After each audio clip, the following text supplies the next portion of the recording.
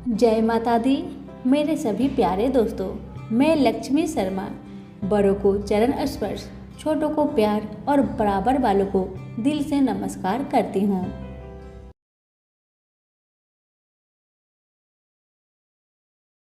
प्रेम से बोलिए सिया राम की जय, पवन पुत्र हनुमान की जय। आज मंगलवार के दिन मैं आप सभी को सुनाऊंगी पवन पुत्र हनुमान की कथा। कथा को पूरा सुनिए, अगर अच्छा लगे तो दूसरों को भी शेयर कीजिए। पौराणिक कथा के अनुसार केसरी और माता अंजनी काफी समय से संतान सुख से वंचित थे। संतान की प्राप्ति के लिए उन्होंने ऋषि मतंग से उपाय पूछा। ऋषि मतंग ने माता अंजनी को 12 वर्षों तक भगवान शिव की तपस्या और उपवास करने को कहा। वही ऋषि मतंग की बात मानते हुए माता अंजनी ने बिल्कुल वैसा ही किया। उन्होंने शिव जी की कठोर तपस्या की। फिर तपस्या पूरी होने पर मतंग ऋषि ने माता अंजनी को आशीर्वाद दिया कि शिव जी जल्दी ही आशीर्वाद देने आएंगे।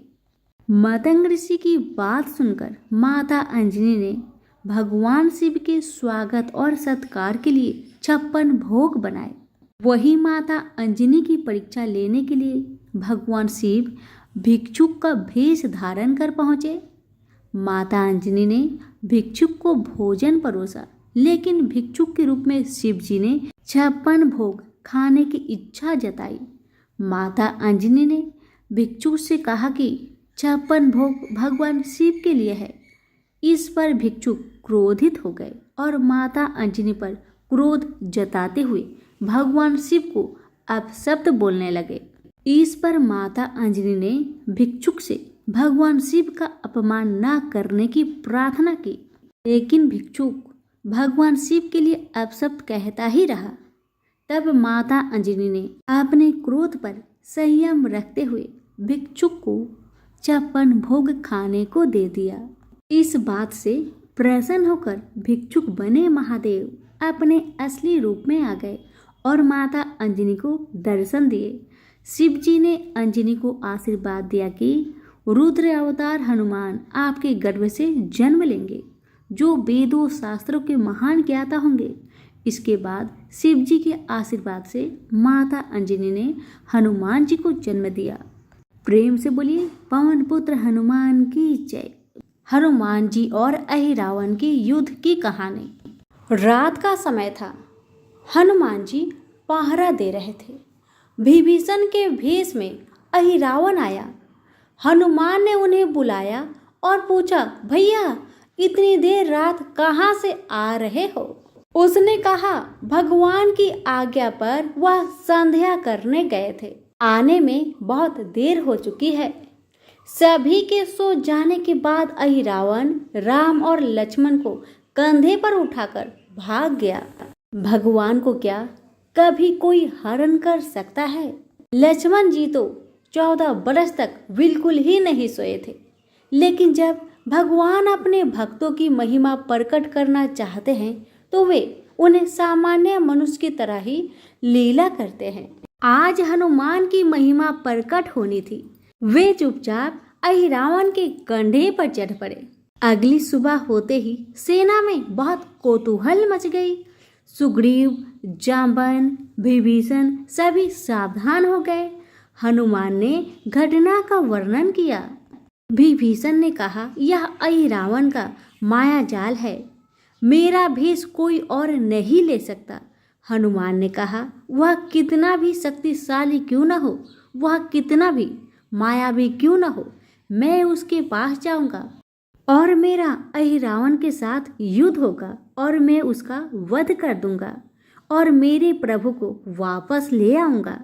हनुमान यात्रा शुरू करते हैं। संयोग से रास्ते में कुछ ऐसा हुआ, देवी प्रेरणा से कुछ जानकारी मिली। अहिरावण भगवान को नागलोक ले गया है। वहां जाकर हनुमान ने महल में प्रवेश करने की कोशिश की, लेकिन मकरध्वज ने उन्हें रोक लिया और कहा, आप कौन हैं? क्या आप नहीं जानते कि मैं महावीर हनुमान का पुत्र हूँ? अगर तुम अंदर घुसने की कोशिश करते हो तो तुम्हें लोहे की चने चबाने पड़ेंगे। यह सुनकर हनुमान चकित रह गए। हनुमान ने कहा, अरे मेरा तो कोई पुत्र नहीं है, तुम कहाँ से टपके? मकरध्वज ने कहा, जब आप जलती हुई लंका के बाद स्नान कर रहे थे तभी एक मछली ने आपका पसीना पी लिया। मैं उसके गर्भ से पैदा हुआ हूँ। हनुमान ने उससे राम लक्ष्मण के बारे में पूछा। उसने कहा, वह कुछ नहीं जानता। आज मेरे प्रभु किसी की बलि दे रहे हैं, लेकिन वहां किसी को जाने की इजाजत नहीं और मैं आपको वहां जाने नहीं दूंगा। दोनों के बीच युद्ध हुआ। अंत में हनुमान जी ने उसे अपनी पूंछ से बांध दिया और मंदिर में प्रवेश किया। उनके चरण स्पर्श होते ही देवी भूमि धंस गई और वे अपना मुंह खोलकर देवी के स्थान पर खड़े हो गए। राक्षसों का मानना था कि देवी प्रसन्न और प्रकट हुई है। उन्होंने बहुत पूजा की। देवी जो कुछ भी फल, माला, अन्य वस्त्र, जो कुछ भी आता है वह अपने मुंह में रखती है। यज्ञ के समय राम और लक्ष्मण को ले आए। उस समय राक्षस उसका कई प्रकार से मजाक उड़ा रहे थे, उसे तरह तरह से परेशान कर रहे थे। उन्होंने चुपचाप सब कुछ सहा। अहिरावण ने कहा, अब तुम अपने रक्षक को याद करो। भगवान हंसे और बोले, देखना तुम्हारी देवी तुम्हें न खा जाए। अहिरावण उन पर तलवार चलाने ही वाला था कि हनुमान दहाड़ते हुए वहां पहुंचे। अब हनुमान जी में और अहिरावण में घमासान युद्ध हुआ। युद्ध के दौरान महावीर हनुमान ने अहिरावण का वध कर दिया। वध करने के बाद हनुमान भगवान को शिविर में ले आए। चारों तरफ खुशी और जय जयकार का शोर था। हनुमान अहिरावण युद्ध से चारों दिशाओं में हनुमान जी के जय जयकार होने लगे। तो प्रेम से बोलिए, सिया रामचंद्र की जय, पवन पुत्र हनुमान की जय। एक गांव में एक बुढ़िया रहती थी। वह मंगल देवता को अपना इष्ट देवता मानकर सदैव मंगलवार को व्रत रखती और मंगल देव का पूजन किया करती थी। उसका एक पुत्र था जो मंगलवार को उत्पन्न हुआ था। इस कारण उसको मंगलिया के नाम से पुकारा करती थी। मंगलवार के दिन वह तो घर को लिपती और ना ही पृथ्वी को खो देती थी। एक दिन की बात है, मंगल देवता उसकी श्रद्धा को देखने के लिए उसके घर में एक साधु का रूप बनाकर आए और द्वार पर आवाज दी। बुढ़िया ने कहा, महाराज क्या आज्ञा है? साधु कहने लगा, बहुत भूख लगी है, भोजन बनाना है। इसके लिए तू थोड़ी सी पृथ्वी लीप दे तो तेरा पुण्य होगा। यह सुनकर बुढ़िया ने कहा, महाराज आज मंगलवार की व्रत की हूँ, इसलिए मैं चौका नहीं लगा सकती। आप कहो तो जल का छिड़काव कर दो, उस जगह आप भोजन बना लेना, या फिर मैं आपके लिए भोजन बना देती हूँ।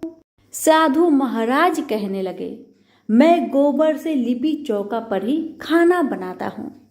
बुढ़िया ने कहा, महाराज मिट्टी लिपने के सिवा आप मुझे कोई और काम दीजिए, मैं सारी काम करने को तैयार हूँ, परंतु गोबर से लिपूंगी नहीं। तब साधु महाराज ने कहा कि सोच समझकर उत्तर दो, जो कुछ मैं कहूँगा वह तुमको करना ही होगा। बुढ़िया कहने लगी, महाराज पृथ्वी लिपने के अलावा जो भी आज्ञा करेंगे मैं उसका पालन अवश्य करूंगी। बुढ़िया माई ने ऐसा 3 बार वचन दे दिया। तब साधु कहने लगा, तू अपने लड़के को बुलाकर औधा, मैं उसके पीठ पर भोजन बनाऊंगा। साधु की बात सुनकर बुढ़िया चुप हो गई। तब साधु ने कहा, बुला ले लड़के को, अब सोच विचार क्या करती है। बुढ़िया मंगलिया मंगलिया कहकर पुकारने लगी। थोड़ी देर बाद लड़का आ गया। बुढ़िया ने कहा, जा बेटे, तुझको बाबा जी बुलाते हैं। लड़के ने बाबा जी से जाकर पूछा, क्या आज्ञा है महाराज? बाबा जी ने कहा, जाओ और अपनी माता जी को बुला लाओ। जब माता जी आ गई तो साधु ने कहा, तू ही इसको लेटा दे। बुढ़िया ने मंगल देवता का स्मरण करते हुए अपने लड़के को लिटा दिया और उसकी पीठ पर अंगीठी रख दी। बुढ़िया कहने लगी, महाराज अब जो कुछ आपको करना है कीजिए, मैं जाकर अपना काम करती हूँ। साधु ने लड़के की पीठ पर रखी हुई अंगीठी में आग जलाई और उस पर भोजन बनाया। जब भोजन बन चुका तो साधु ने बुढ़िया से कहा, अब अपने लड़के को बुलाओ, वह भी आकर ले जाए। बुढ़िया कहने लगी, यह कैसे आश्चर्य की बात है कि उसकी पीठ पर आपने आग जलाई और उसे ही प्रसाद के लिए बुलाते हैं। क्या यह संभव है?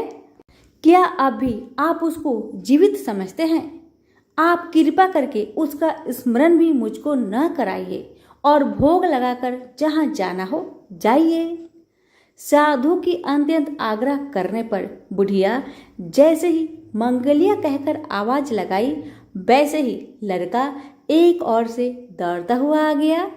साधु ने लड़के को प्रसाद दिया और कहा कि माई, तेरा व्रत सफल हो गया है। तेरे हृदय में दया है और अपने इष्ट देव में अटल श्रद्धा है। इसके कारण तुझको कोई भी कष्ट नहीं पहुंचेगा। प्रेम से बोलिए पवन सुत हनुमान की जय। हनुमान जी की कथा। भगवान शंकर के 11वें अवतार कहे जाने वाले हनुमान जी का व्रत और पूजन करने से पूरी होती है हर मनोकामना। सुख, संपत्ति, यश और संतान प्राप्ति के लिए मंगलवार का व्रत रखना शुभ माना जाता है। हनुमान जी से जुड़ी मंगलवार व्रत कथा आइए सुनते हैं। प्राचीन समय का बात है।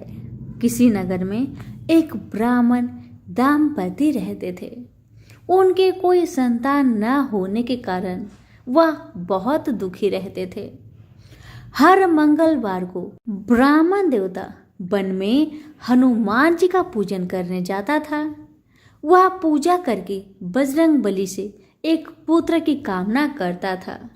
उसकी पत्नी भी मंगलवार के दिन व्रत के अंत में हनुमान जी को भोग लगाकर ही भोजन करती थी।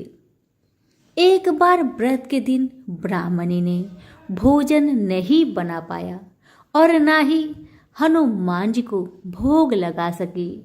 तब उसने प्रण किया कि वह अगले मंगलवार को हनुमान जी को भोग लगाकर ही भोजन करेगी। वह भूखी प्यासी 6 दिन तक पड़ी रही। मंगलवार के दिन वह बेहोश हो गई। हनुमान जी उसकी श्रद्धा और भक्ति को देखकर बहुत प्रसन्न हुए और उन्होंने आशीर्वाद स्वरूप में ब्राह्मणी को एक पुत्र दिया और कहने लगे कि यह तुम्हारी बहुत सेवा करेगा। अब बालक को पाकर ब्राह्मणी बहुत खुश हुई। उसने बालक का नाम मंगल रखा। कुछ समय उपरांत जब ब्राह्मण घर आए तो बालक को देख पूछने लगे कि ये बालक कौन है। तो पत्नी कहने लगी कि मंगलवार के व्रत से प्रसन्न होकर हनुमान जी ने उन्हें यह बालक दिया है। एक दिन मौका पाकर ब्राह्मण ने बालक को कुएं में गिरा दिया। घर लौटने पर ब्राह्मणी ने पूछा कि मंगल मेरा बेटा कहाँ है। तभी पीछे से मंगल मुस्कुराते हुए घर में प्रवेश किया। उसे वापस देखकर ब्राह्मण चौंक गया। उसी रात को बजरंग बली ने ब्राह्मण को सपने में दर्शन दिए और बताया कि यह पुत्र मैंने ही तुम्हारी पत्नी को दिया है। सच जानकर ब्राह्मण बहुत खुशी हुआ और अपनी गलती पर पछताने लगा कि मैंने अपने बेटे को कैसे कुएं में फेंक दिया। अब तो ब्राह्मण और ब्राह्मणी दोनों एक साथ नियमित रूप से मंगलवार का व्रत रखने लगे। मंगलवार का व्रत रखने वाले मनुष्य पर अपार कृपा होती है। प्रेम से बोलिए पवन पुत्र हनुमान की जय। मंगल देव की व्रत कथा। मंगल ग्रह हमारे सौर मंडल का ही एक ग्रह है जो सूर्य से बढ़ती दूरी के क्रम में चौथे स्थान पर आता है। इसकी सतह पर आयरन ऑक्साइड की मात्रा अधिक होने के कारण यह लाल रंग का दिखाई देता है। मंगल ग्रह के स्वामी को मंगल देव कहा जाता है। इसके साथ ही उन्हें युद्ध का देवता अंगारक देव के नाम से भी जाना जाता है। इनका रंग लाल होता है। मंगल देव का वाहन भेड़ है और वह अपने हाथों में त्रिशूल, भाला, गदा, पद्म धारण किए हुए सुशोभित होते हैं। मंगल देव की कथा। यह कथा स्कंद पुराण में वर्णित है। बहुत समय पहले महाकाल नगरी उज्जैन पर एक असुर जिसका नाम अंधकासुर था राज्य करता था। यह असुर बड़ा ही क्रूर प्रवृत्ति था जो अपने राज्य की प्रजा को बहुत कष्ट दिया करता था। जो ऋषि मुनि भगवान की आराधना करते थे, यज्ञ हवन करते थे, यह उनको परेशान करता था और उनको मृत्यु के घाट उतार दिया करता था। उस आदित्य राक्षस का एक बड़ा ही क्रूर प्रवृत्ति का बेटा था जिसका नाम कनक था। कनक भी अपने पिता अंधकासुर के समान शक्तिशाली और पराक्रमी था। एक बार कनक ने अपने शक्ति के मद में चूर होकर इंद्रदेव पर आक्रमण कर दिया। इंद्रदेव और कनक के बीच भयंकर युद्ध हुआ और अंततः इंद्रदेव ने कनक को पराजित करके उसकी हत्या कर दी। कनक की हत्या करने के बाद इंद्रदेव को अपने राज्य की चिंता सताने लगी, क्योंकि इंद्रदेव कनक के पिता अंधकासुर की शक्ति से भली भांति परिचित थे और अंधकासुर स्वर्ग पर अधिकार करके स्वर्ग को तहस नहस कर सकता था। इसलिए भगवान इंद्र महादेव शिव शंकर के शरण में चले गए और उन्होंने अंधकासुर से स्वर्ग की रक्षा करने के लिए प्रार्थना की।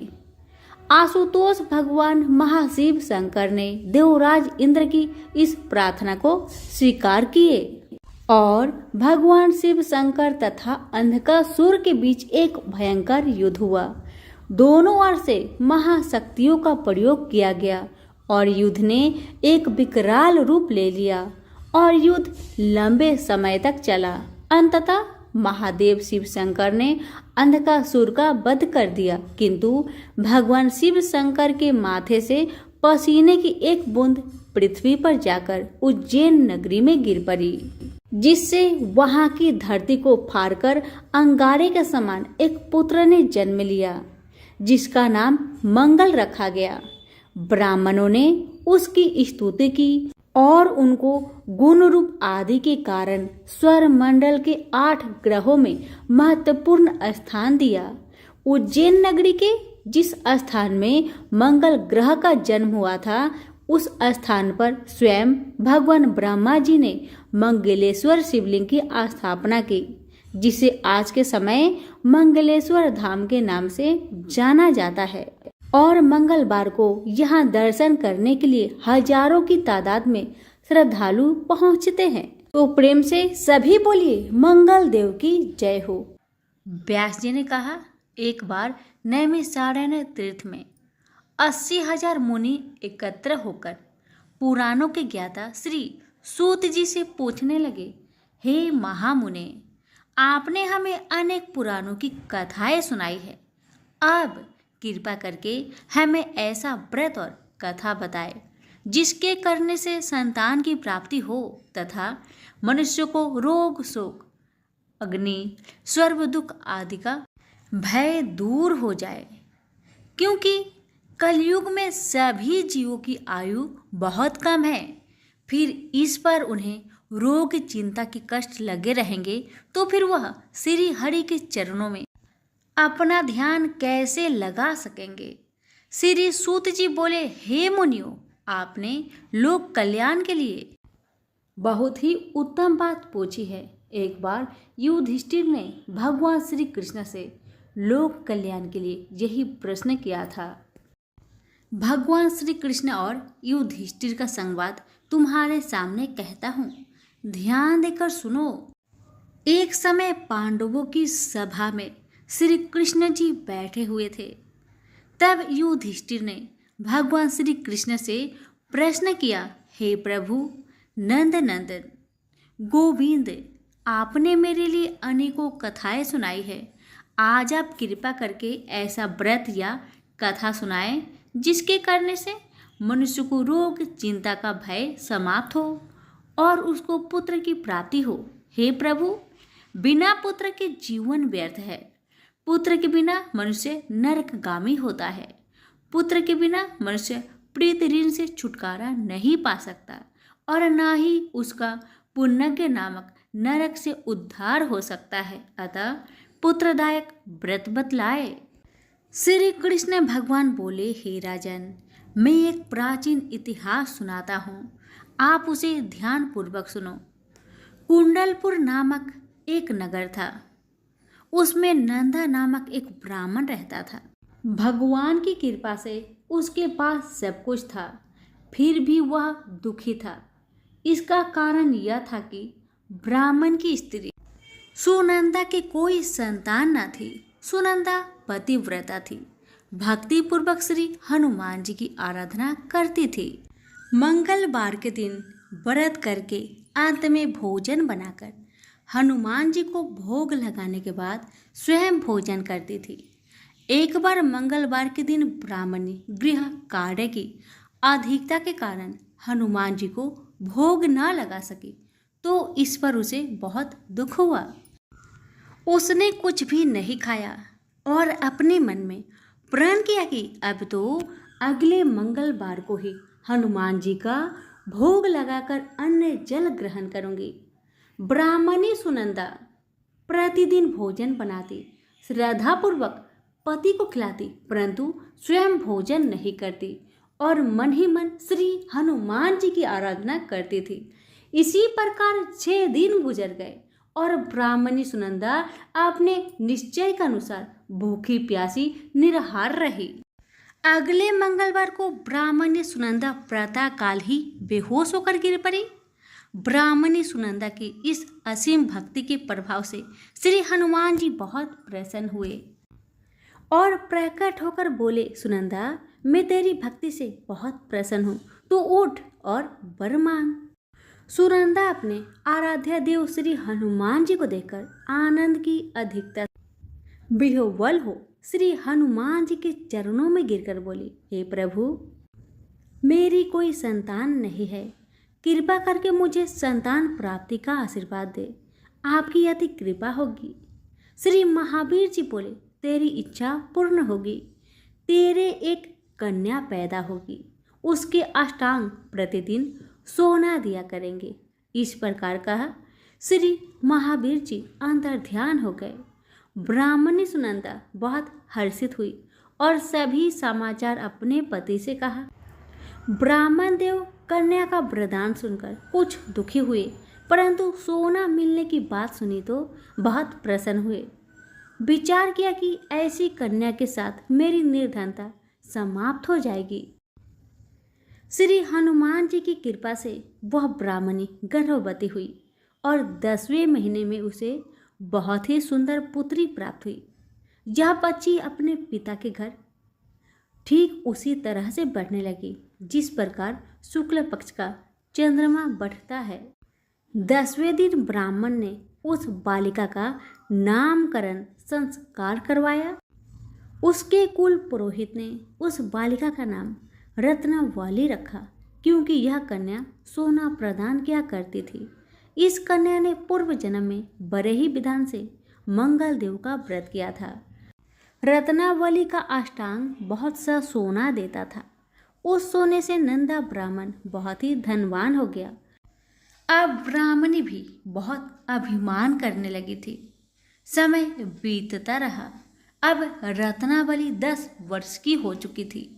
एक दिन जब नंदा ब्राह्मण प्रसन्न चित्त था, तब सुनंदा ने अपने पति से कहा, मेरी पुत्री रत्नावली विवाह की योग हो गई है, अतः आप कोई सुंदर तथा योग वर देखकर इसका विवाह कर दे।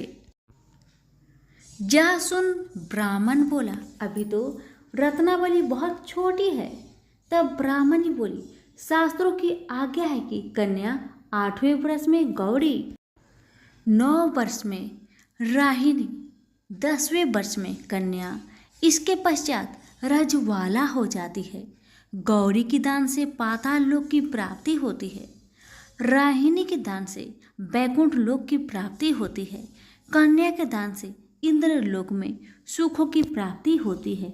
अगर हे पतिदेव रजवाला का दान किया जाता है तो घोर नरक की प्राप्ति होती है। इस पर ब्राह्मण बोला, अभी तो रत्नावली मात्र 10 ही वर्ष की है और मैंने तो 16-16 साल की कन्याओं का विवाह कराया है, अभी जल्दी क्या है।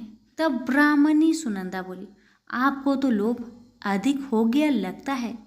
शास्त्रों में कहा गया है कि माता पिता और बड़ा भाई रजवाला कन्या को देखते हैं तो वह अश्वही नरकगामी होते हैं। तब ब्राह्मण बोला, अच्छी बात है, कल मैं अवश्य ही योग वर की तलाश में अपना दूत भेजूंगा। दूसरे दिन ब्राह्मण ने अपने दूत को बुलवाया और आज्ञा दी कि जैसी सुंदर मेरी कन्या है वैसा ही सुंदर वर उसके लिए तलाश करो। दूत अपने स्वामी की आज्ञा पाकर निकल पड़ा। पंपई नगर में उसने एक सुंदर लड़के को देखा। यह बालक एक ब्राह्मण परिवार का बहुत गुणवान पुत्र था। इसका नाम सोमेश्वर था। दूत ने इस सुंदर व गुणवान ब्राह्मण पुत्र के बारे में अपने स्वामी को पूर्ण विवरण दिया। ब्राह्मण नंदा को भी सोमेश्वर अच्छा लगा और फिर शुभ मुहूर्त में विधि पूर्वक कन्यादान करके ब्राह्मण ब्राह्मणी संतुष्ट हुए। परंतु ब्राह्मण के मन में तो लोभ समाया हुआ था। उसने कन्यादान तो कर दिया था पर वह बहुत खिन्न भी था। उसने विचार किया कि रत्नावली तो अब चली जाएगी और मुझे इससे जो सोना मिलता था वह अब नहीं मिलेगी। मेरे पास जो धन था कुछ तो इसके विवाह में खर्च हो गया और जो शेष बचा है वह भी कुछ दिनों पश्चात समाप्त हो जाएगी। मैंने तो इसका विवाह करके बहुत बड़ी भूल कर दी है। अब कोई ऐसा उपाय हो कि रत्नावली मेरे घर में ही बनी रहे, अपने ससुराल ना जाए। लोभ रूपी राक्षस ब्राह्मण के मस्तिष्क पर छाता जा रहा था। रात भर अपनी सैया पर बेचैनी से करवट बदलते बदलते उसने एक बहुत ही क्रूर निर्णय लिया। उसने विचार किया कि जब रत्नावली को लेकर उसका पति सोमेश्वर अपने घर के लिए जाएगा तो वह मार्ग में छिपकर सोमेश्वर का वध कर देगा और अपनी लड़की को अपने घर ले आवेगा, जिससे नियमित रूप से उसे सोना भी मिलता रहेगा और समाज का कोई मनुष्य उसे दोष भी नहीं देगा। प्रातःकाल हुआ तो नंदा और सुनंदा ने अपनी जामाई तथा लड़की को बहुत सारा धन देकर विदा कर दिया। सोमेश्वर अपनी पत्नी रत्नावली को लेकर ससुराल से अपने घर की तरफ चल दिया। ब्राह्मण नंदा महालोभ के भसीभूत हो अपनी मति खो चुका था। पाप पुण्य को उसे विचार न रहा था। अपने भयानक व क्रूर निर्णय को कार्य रूप देने के लिए उसने अपने दूत को मार्ग में अपने जामाई का वध करने के लिए भेज दिया था, ताकि रत्नावली से प्राप्त होने वाला सोना उसे हमेशा मिलता रहे और वो कभी निर्धन ना हो। ब्राह्मण के दूत ने अपने स्वामी की आज्ञा का पालन करते हुए उसके जामाई सोमेश्वर का मार्ग में ही वध कर दिया। समाचार प्राप्त कर ब्राह्मण नंदा मार्ग में पहुंचा और रोदन करती अपनी पुत्री रत्नावली से बोला, हे पुत्री, मार्ग में लुटेरों ने तेरे पति का वध कर दिया है। भगवान की इच्छा का आगे किसी का कोई वश नहीं चलता है। अब तू घर चल, वहां पर ही रहकर शेष जीवन व्यतीत करना। जो भाग्य में लिखा है वही होगा। अपने पति की अकाल मृत्यु से रत्नावली बहुत दुखी हुई। करुण क्रदन व रुदन करते हुए अपने पिता से बोली, हे पिताजी, इस संसार में जिस स्त्री का पति नहीं है उसका जीना व्यर्थ है। मैं अपने पति के साथ ही अपने शरीर को जला दूंगी और सती होकर अपने इस जन्म को माता पिता के नाम को तथा सास ससुर के यश को सार्थक करूंगी। ब्राह्मण नंदा अपनी पुत्री रत्नावली के वचनों को सुनकर बहुत दुखी हुआ। विचार करने लगा, मैंने व्यर्थ ही जामाई का वध का पाप अपने सिर लिया। रत्नावली तो उसके पीछे अपने प्राण तक देने को तैयार है। मेरा तो दोनों तरफ से मरण हो गया, धन तो अब मिलेगा नहीं। जामाई वध के पाप के फलस्वरूप यम यातना भी भुगतनी पड़ेगी। यह सोचकर वह बहुत खिन्न हुआ। सोमेश्वर की चिता बनाई गई। रत्नावली सती होने की इच्छा से अपने पति का सिर अपने गोद में रखकर चिता में बैठ गई। जैसे ही सोमेश्वर की चिता को अग्नि लगाई गई, वैसे ही प्रसन्न हो मंगलदेव वहां प्रकट हुए और बोले, हे रत्नावली, मैं तेरी पति भक्ति से बहुत प्रसन्न हूँ, तू वर मांग। रत्नावली ने अपने पति का जीवन दान मांगा। तब मंगलदेव बोले, रत्नावली, तेरा पति अजर अमर है, यह महाविद्वान भी होगा और इसके अतिरिक्त तेरी जो इच्छा हो वर मांग। तब रत्नावली बोली, हे ग्रहों के स्वामी, यदि आप मुझ पर प्रसन्न है तो मुझे यह वरदान दीजिए कि जो भी मनुष्य मंगलवार के दिन प्रातःकाल लाल पुष्प लाल चंदन से पूजा करके आपका स्मरण करे, उसको रोग व्याधि ना हो, सज्जनों का कभी वियोग ना हो, सर्प अग्नि तथा शत्रुओं का भय ना रहे। जो स्त्री मंगलवार का व्रत करे वह कभी विधवा ना हो। मंगलदेव तथास्तु कहकर अंतर ध्यान हो गए। सोमेश्वर मंगलदेव की कृपा से जीवित हो उठा। रत्नावली अपने पति को पुनः प्राप्त कर बहुत प्रसन्न हुई और मंगलदेव का व्रत प्रत्येक मंगलवार को करके व्रतराज और मंगलदेव की कृपा से इस लोक में सुख ऐश्वर्य को भोगते हुए अंत में पति के साथ स्वर्ग लोक को गई। तो प्रेम से बोलिए मंगलदेव की जय हो। कथा अच्छी लगे तो लाइक शेयर जरूर करें। धन्यवाद।